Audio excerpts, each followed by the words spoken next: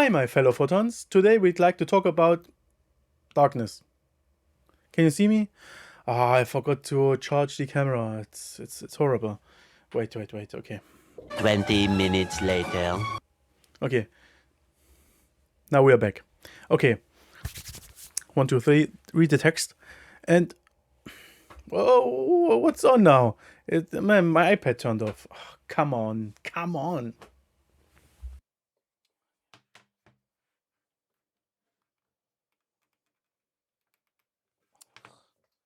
So this is one of the drawbacks of the lightning port. Whenever I need a charging cable, there's just none around, or it's just too short.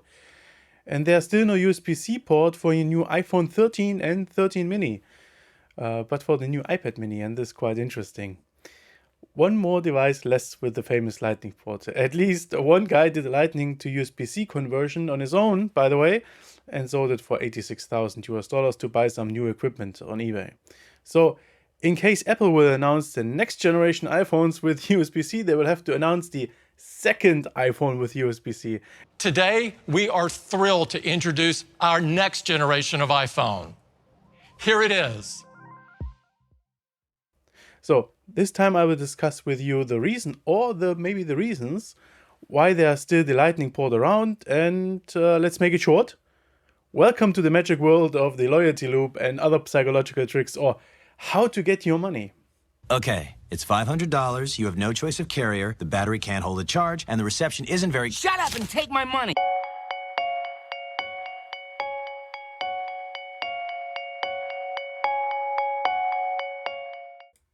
A small disclaimer in the beginning. I studied physics, I'm a laser guy, not a marketing expert. So this is only scratching obviously the surface. If I say something wrong, if you have to correct me, you can comment this in the comment section down below. And this is not an Apple hate video. So every other successful company does basically the same tricks. And I think, well, you can take a lot home with it. So please enjoy. Maybe you remember 2020. Okay, well, not the pandemic part, please.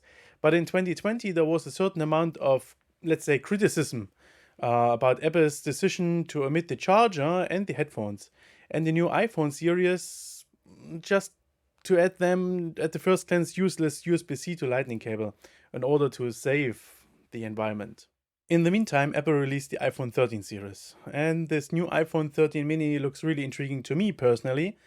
It's small, compact, has an even better camera. Maybe it rivals now my current smartphone, and despite my current one is considerably less expensive. And it finally has some good battery life. So, but still there's no USB-C, only the Lightning port. At least there's a charging cable to use with USB-C capable charger, but most of the chargers at home have an USB-A port. But at least if you have more and more USB-C ports around you, you can take advantage of it. And later in the video, I think you will come to the same conclusion as me. They want you to sell you something, and maybe their wireless charger, I don't know. And I guess you all know the overall idea of any company. They need to make money in order to stay afloat, to stay in business. So one of the core ideas is that they want you to become a believer. They want you to join their brand, their ecosystem. They don't want you to save our ecosystem. It's a crucial difference. They want you to join their ecosystem of different devices, and you should not leave that. They want you to stay in their, what they call, or what we can call, loyalty loop, as long as possible. I think now it's quite a good time to explain the loyalty loop. So everything starts with an idea to buy something, and you start to search through the market, being it either offline or online nowadays. The initial consideration. After that, you typically have a certain time span for some active evaluation phase, where various products are compared. You look for features, prices, reviews, exchange and return policies, and you ask your peers, your family, the experts, or the influencers. So all the opinion makers for you. Did you ever wonder why the experts can test the goods and services before they are introduced into the market? And why they all release their content at the same time? They are shaping your opinion ahead of the market penetration, and it's fully intentional. So in this phase, also a lot of open questions are up for you. Like what to do with the old stuff. And for sure, there's a free pickup for your old couch or washing machine. There's a recycling program. There's a turn-in program for your still perfectly fine smartphone. And this is not to save our world. This is purely there to make you finalize the order. Basically, they want to reduce the resistance or the friction you might have against the purchase as best as possible. And then you finally pull the trigger. The purchase basically happens. And right after that, you start to enjoy it and you potentially start sharing your experience with others. You're entering the so-called post-purchase phase. This starts directly after purchase and comes with, for instance, a thank you for your purchase email and some build of expectation. So some confirmation emails, some delivery updates, your product's on the way, it's only 8 stops away, and so on. And then the unboxing, the manual or installation service, the first time you hear the... This is followed up by a referral program or a review. The whole idea is that you enjoy your product and they sprinkle in some good feelings into the process. If this fails, you just do the loop again. However, if you enjoy it, there's the possibility to bond with the brand and maybe even turn you into an advocate for it. Now you're entering the so-called loyalty loop. You're investing into the ecosystem even further. It's a trap! And now the need is created by marketing and decisions are not made by comparison to the market, but triggering event. Oh, did I already mention about those specific new colors every year? Obviously, there are some tricks and psychology involved to keep you within this loyalty loop. So we try to keep the customer in this loop by creating a customer-brand relationship. We want him to have a positive attitude and the willingness to maintain a valued relationship with this brand. And there are basically 2 approaches. The first one is a rational approach. We create a situation where the economic or psychological costs are just too high to switch or there's just no alternative. Often these lead to the passive loyalty or the sunken cost fallacy. So what are those? Passive loyalty is basically Apple's motto. It just works. You don't want to invest an amount of time or effort that seemingly exceeds the benefits. Examples are classically the car insurance or the bank account. For the sunken cost fallacy, you already invested such heavily into the whole ecosystem that you accept the additional costs that come with it in the future. An example for the sunken cost fallacy was the Concorde, because right after the start it was known to British Airways and Air France that this will basically never be profitable. But they invested already so much money and time, so they kept going. Or perhaps you already experienced such an effect on your own. For instance, going to a nice fancy restaurant, you waited a long time for the reservation and you waited even longer for your food, and at the end it just did not taste good.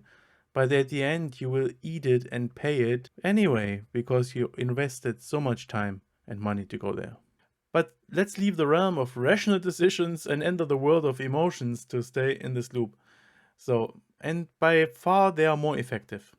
After some time you maybe identify with the brand, it's already better. Or you perhaps share the same values. Or you trust the brand, and this is quite strong. But in case of trust, they still have to meet your expectations, and as long as you have the confidence in them, you stick with them. I mean, taking a look on Apple products are of high quality and the support is really outstanding. I really love that. In order to boost your trust, you constantly assure yourself that it was the right choice, and they assure you that it was the right choice, and the outside world is worse.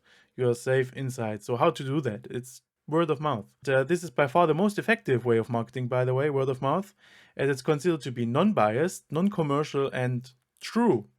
And by the way, negative word of mouth is about 2 to 3 times stronger than any other positive one in order to form your judgment about a product. This can go even further. I mean, you can basically end up in a case of attachment, and you start to feel an emotional connection, and you perhaps become a brand advocate to this brand. And now you maybe understand how to fuel the loyalty cycle on your own. You're promoting the products by word of mouth, and this is going to keep spinning and spinning. But you can identify with many, but you can only love a few, right? So now we are going to the strongest and also the most protective form, the brand love. And it's a real thing. And brand love can go even that far that in the end you can end up in denial if something is wrong with it. But in order to achieve that, typically you have to go this loop several times. And customers are not loyal at all inherently. So you have to survive the first turn or the first 2 or 3 turns. So how can we do that? Maybe you know the feeling of excitement of something new, and after some time this feeling wears off and you're looking for something new, like getting a new car or something like this. So this is called the hedonic adaptation or hedonic treadmill. In order to take advantage of that, so-called short-term brands are created. Those are incremental improvements of the product or adaptation to the developing market situation like color trends, designs. And the time in between each of these releases is obviously carefully adjusted. So there is your iPhone brand, and there's the incremental update. For the consumer, the 11 and 10 are different models, so they're not the same, but each iteration is slightly better. And here the driving factor is the so-called fear of missing out. The whole sphere of social media is just relying on that, in my opinion. So if I'm wrong here, you can comment it down below. So you may ask yourself, how much difference do you need to be aware that it is different? You can rely on the so-called Weber-Fechner law derived in the 19th century, which are two hypotheses concerning the human perception of the actual and perceived change. To make it short, there's a differential threshold for the perception of change. So for instance, you may hear the difference between 10 and 11 violins, but if there are 100 violins, you will need 10 times more change. So 110 violins. So I think you get the idea.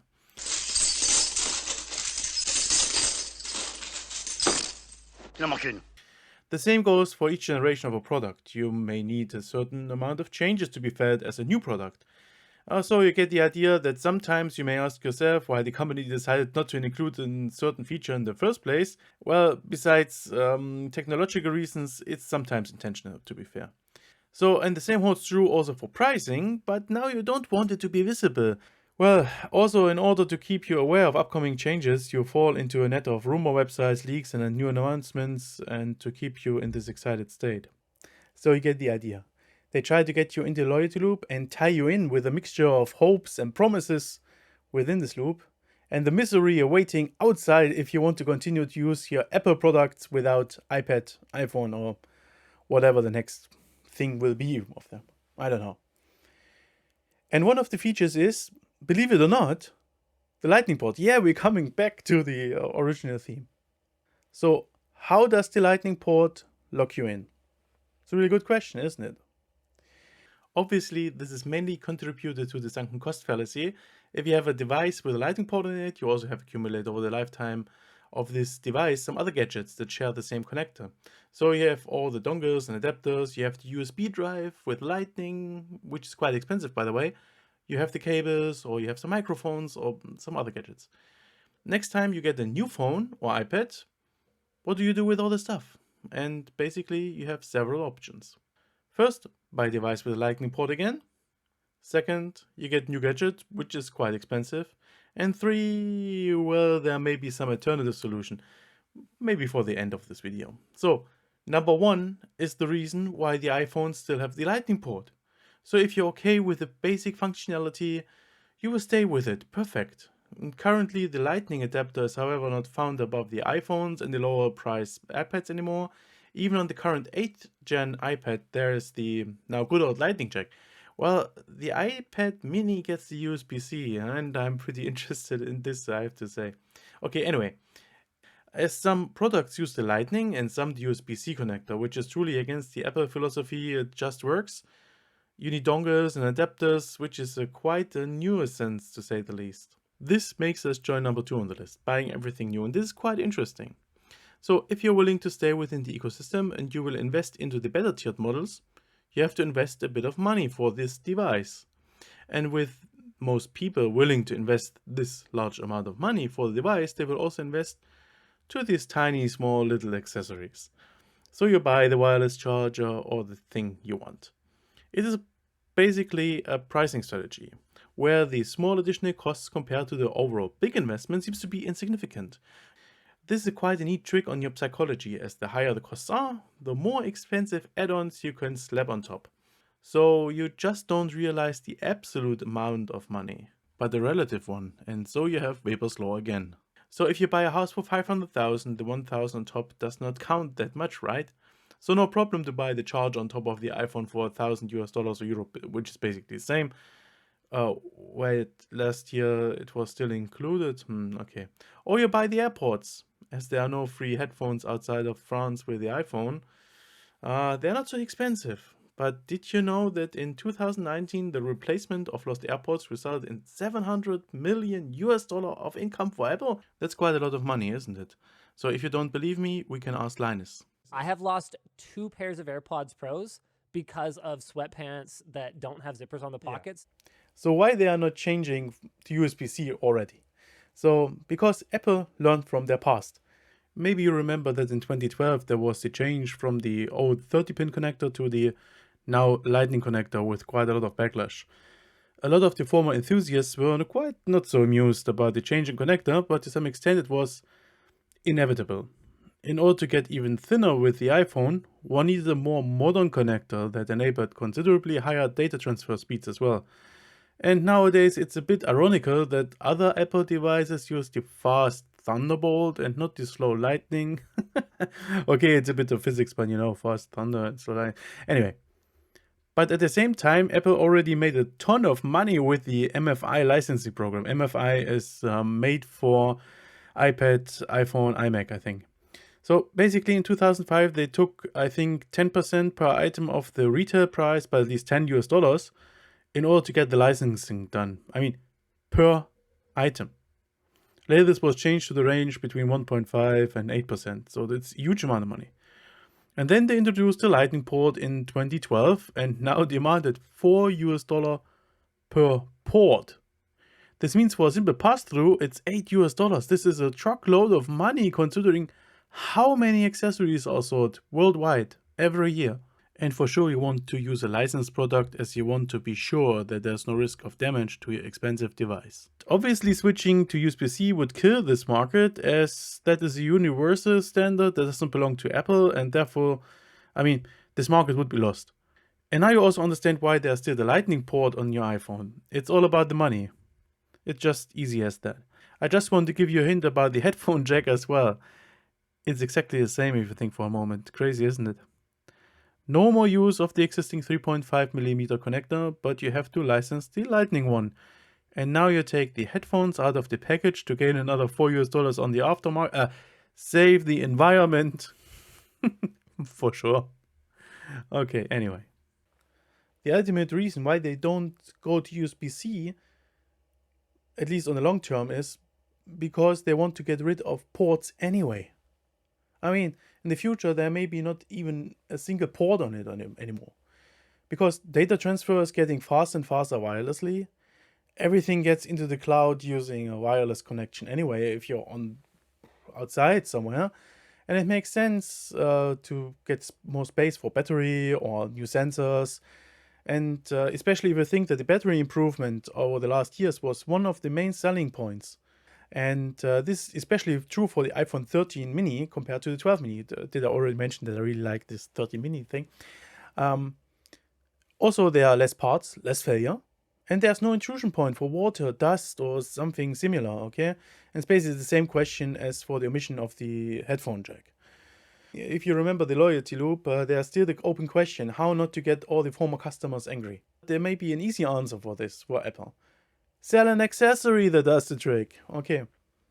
And ladies and gentlemen, fellow photons, I call this the iADAPT. Yes, the iADAPT. This is a new accessory that will solve the issue, and I guarantee you, it will be the ultimate dongle. The docking station for your wireless iPhone. The one dongle to catch them all. The one that saves the environment at the same time. So I propose a magnetic device, very similar to the charger, but with the connectivity of the Lightning port. This device connects via, for instance, Bluetooth and carries a battery on its own, does the connection to the device and basically runs it as well. Your iPhone is magnetically attached and it's like a charging station or a power bank. You might use this in your car or on the go to power the microphone or the USB dongle you like. It does charge your iPhone, holds it securely in place and does the connectivity. Or, if you come home, this is your charger and does the connection to your smart home and you can relay your calls throughout the house or whatever you want to do with it. Basically, endless possibilities. I think, in my opinion, this saves the ecosystem of Apple and you can use your stuff from your old cars, devices and so on. And maybe I should patent this. With this video it's too late though. Or maybe someone did it already. Or Apple. If you heard about something like this before, let me know in the comment section below. Or if you find this idea great or silly, comment as well.